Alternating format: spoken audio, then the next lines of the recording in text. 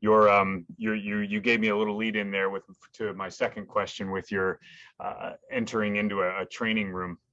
You consult with a number of different high performance teams, right? NBA, NFL, number of different leagues.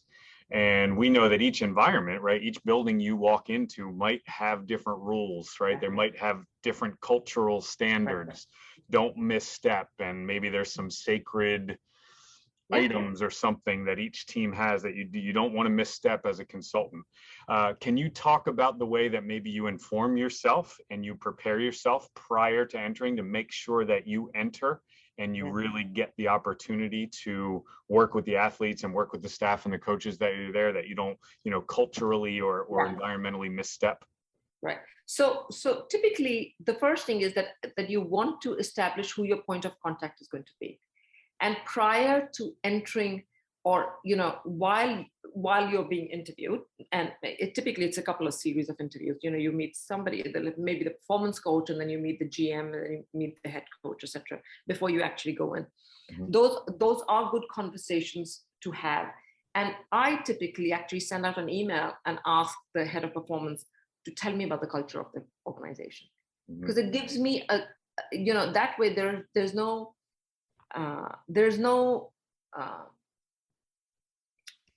I don't need to guess at it, right? And the head of performance will clearly tell you that this is the way the structure is. You send this to me, I'm going to dispense it out to this person, or anytime you send me an email, I want to make sure that you include both the strength and conditioning coaches so that they can, and then so that initial email always helps, because then that'll allow you to know what you're entering into.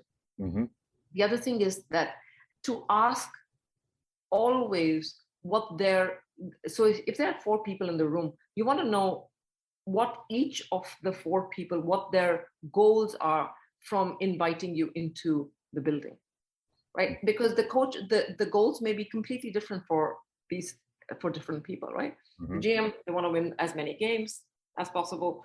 I'm just throwing it out. The head coach might want to win games, but might also want to be able, there may be some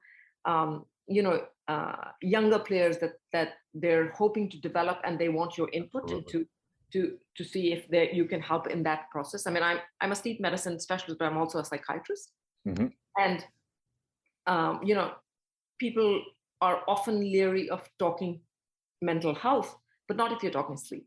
So sleep is a way to get into, you can, when you're talking about sleep, you can basically talk about everything, because you can talk about mental health, you can talk about all the other aspects of performance. So you want to understand what the goals are. And the third thing I would say is that, so a sleep management program, Jesse, is typically it's a program in which there's education, there's sleep screening, there's sleep disorders, there's like scheduling, etc. So there are all these different parts which are all equally important. And I always tell people it's like doing a medical exam, right? So supposing you had a fracture of the foot, you wouldn't say that I want you to only look at that foot.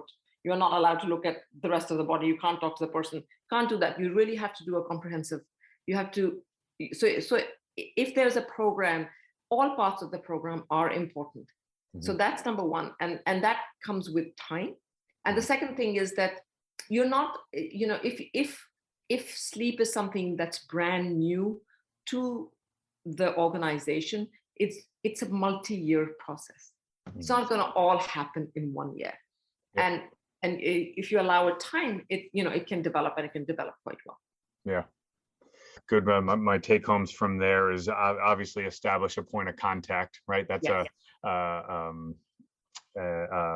an advocate, somebody that's going to give you the information that you need about that environment. And then once you have that person, ask, right? Yeah. It's actually, it seems so Yeah. simple and matter of fact, but Right. if you don't ask the question, you might not hear the answers. And again, Yeah. the attempt is to avoid cultural missteps that Yeah. really, if you don't handle them right, they erode your opportunity to go They in and really do. deliver your message. Yeah. Right. Right. Yeah. And Jesse, that performance staff, that the training staff, etc., are your best allies because they know the players the best. They spend the most time with the players.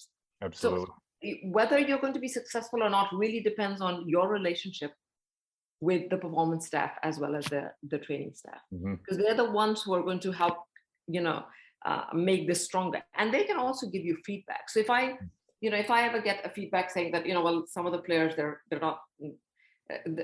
not very sure about this recommendation that you've given, I want more information on that, because for me, I would like as much information. I would like to define that situation. I would like to define, if there's, who is the player, what's the exact issues that they may be having, so that I can address it. And I want to address it as openly as possible, because other people can learn from the same, Yes. same issues, because perhaps a couple of players have said something, and perhaps there are 10 other players who, they're too hesitant to bring it up. So you want to be able to, any feedback, good or negative, you want to always bring up and you want to address on a timely manner. Absolutely. Yeah, lean on that corporate knowledge. Yes. Just like you said, they know everyone, they interact with players every single day, and they know them arguably better than most people, maybe even their families. Right. And to lean on that knowledge is, as a consultant. And they live those lives too. They, they themselves, they get there earlier than the rest of the players. They leave after the players are done. They're older. They have, health effects. Absolutely.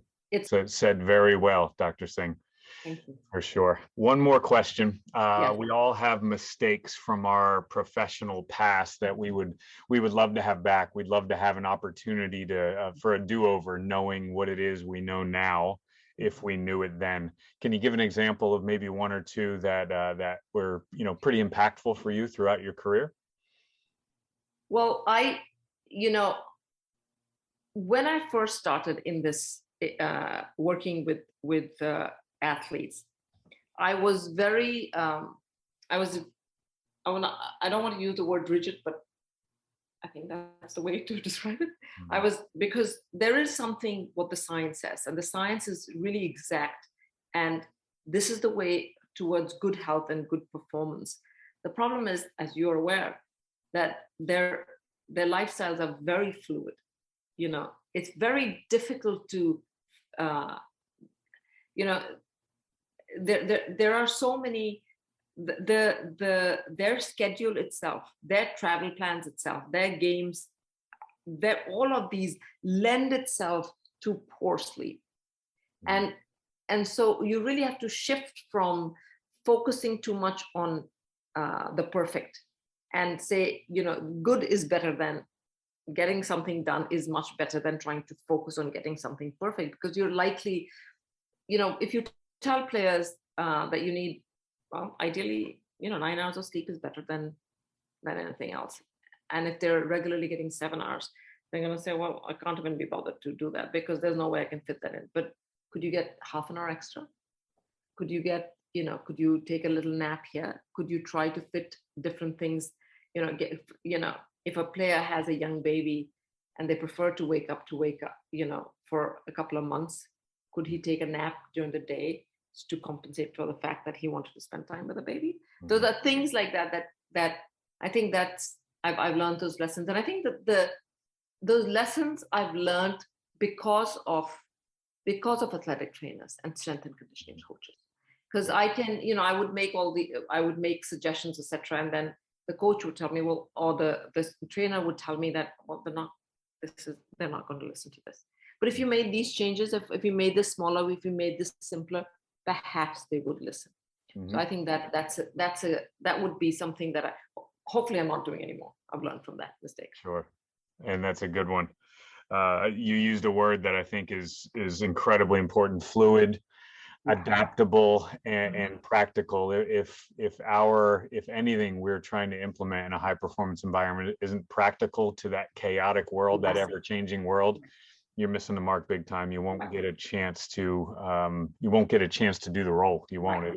Yeah. And I'll tell you, I love that. I loved what you just said, because actually, adding regularity in the sleep and the eating habit and the training actually reduces the chaos. Mm-hmm. Really, once they get a handle of it, it allows them some degree of control over their schedule. Mm-hmm. But it's a matter of finding the right fit. Once you do find it, it works really well. And which is why players become really rigid with their schedules, right? I mean, I have to do this so that I can play. I mean, and there's a reason for that, because otherwise there is a lot of chaos. Mm-hmm. And and it takes time. And I think that sleep can really help with anchoring these players. Mm-hmm. But if you give them, if they're able to come up with a schedule that works for them, has some degree of regularity, I think that helps them, gives them some sense of control. Sure. Yeah, that's a really good point. Really good thought. So that is all the time we have today within our interview. Dr. Singh, where can everyone find you online? Well, I am on LinkedIn. It's Meeta Singh, MD. I'm also on Twitter. On Twitter, I'm Meeta Singh, MD. Mm-hmm. So if you can just post the links, and I think I am on Instagram again. I think it's Meeta Singh, MD. One. I'd have to check. I am on. That's where I am at. Excellent. All things sleep science, and certainly you let all of our audience know just why you are so highly sought out as a consultant in this space.